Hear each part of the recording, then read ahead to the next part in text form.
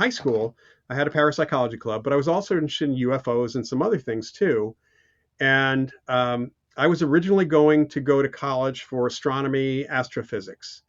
So when we looked at schools and in general, I looked at schools that had a good astronomy department. And my dad was traveling a bit for NBC. He was doing the game of the week, and I got to go to visit like University of Virginia, Rensselaer Polytechnic, and a few other universities, and I got to go to Northwestern.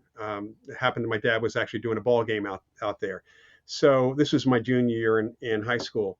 My uncle had gone there, so I was sort of looking forward to seeing that campus as well. And I knew Jalen Hynek was the astronomy department head, so that was kind of a plus for Northwestern as well. Fell in love with the campus, got to meet with Hynek when I was there just for that visit. And that was part of what made me finally decide to go to Northwestern over other schools. That when I first got to Northwestern as a student, Hynek for many years did the opening presentation to the freshman class, and he did it on UFOs. And I talked to him afterwards. I knew the Center for UFOs was at his home in Evanston, and I asked if he needed volunteers. It might not have been that night, but it might have been another time that I was talking to him at the astronomy department, and he needed volunteers to go through their material. So I spent time, a few hours here and there every week for many weeks running, going through the photocopies and original UFO reports that he had gathered, some of which were photocopies of what he had taken from Blue Book, because he was the civilian advisor to Project Blue Book. And there were a couple of things he had me basically categorizing them as daylight discs or nighttime lights.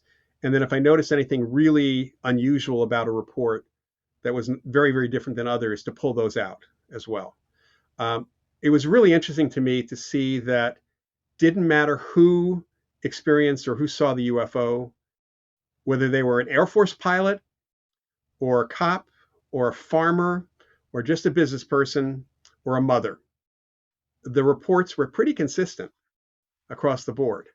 There were also some that one of the things I learned from Hynek is that the reports that were classified that were out there were generally classified not because of the UFO sighting. They were military or other government personnel who were doing something or were in a location doing something that itself was classified. So while they were doing something classified, they saw a UFO. And that was what classified the report, not the UFO sighting itself.